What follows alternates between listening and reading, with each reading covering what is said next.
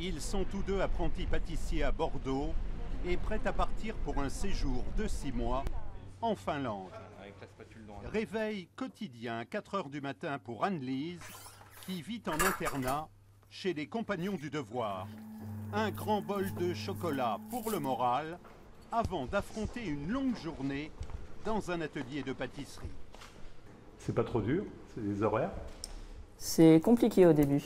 Quand on sort d'un cursus de lycée, par exemple, on a un rythme de vie où on commence à 8 h le matin, donc ça va. Il y a une sacrée différence quand même.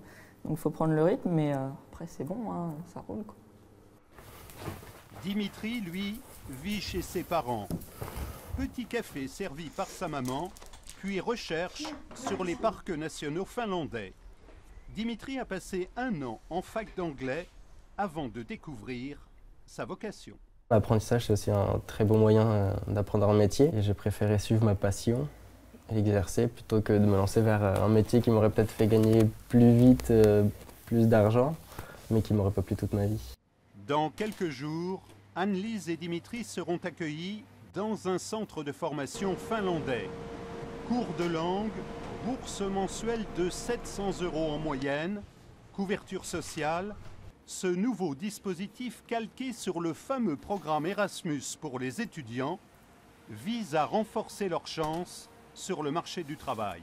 J'ai constaté aussi que ceux des étudiants qui ont bénéficié d'une bourse Erasmus, qui ont passé 1 année en dehors de leur pays maternel, lorsqu'ils sont dans le monde du travail, ces étudiants-là, ces anciens étudiants se protègent beaucoup mieux contre le risque de chômage. Donc on a essayé de combiner apprentissage et Erasmus. Nouvelle expérience, découverte d'une autre culture pour Dimitri, mais dans les 2 cas, la filière de l'apprentissage est synonyme de confiance en soi. Je pense que ça peut me faire grandir justement le fait de partir vraiment toute seule dans un pays que je connais pas, sans pouvoir avoir mes parents au téléphone, ça sera par Skype, ça sera vraiment autre chose, hein, vraiment. Mais justement, ça peut me permettre de grandir finalement. C'est ça, c'est le mot, grandir. Et pour ce nouveau programme Erasmus des apprentis, ils sont déjà 150 volontaires, dont la moitié venus de France. Et désormais, la mobilité professionnelle n'est plus seulement réservée aux étudiants et aux professeurs.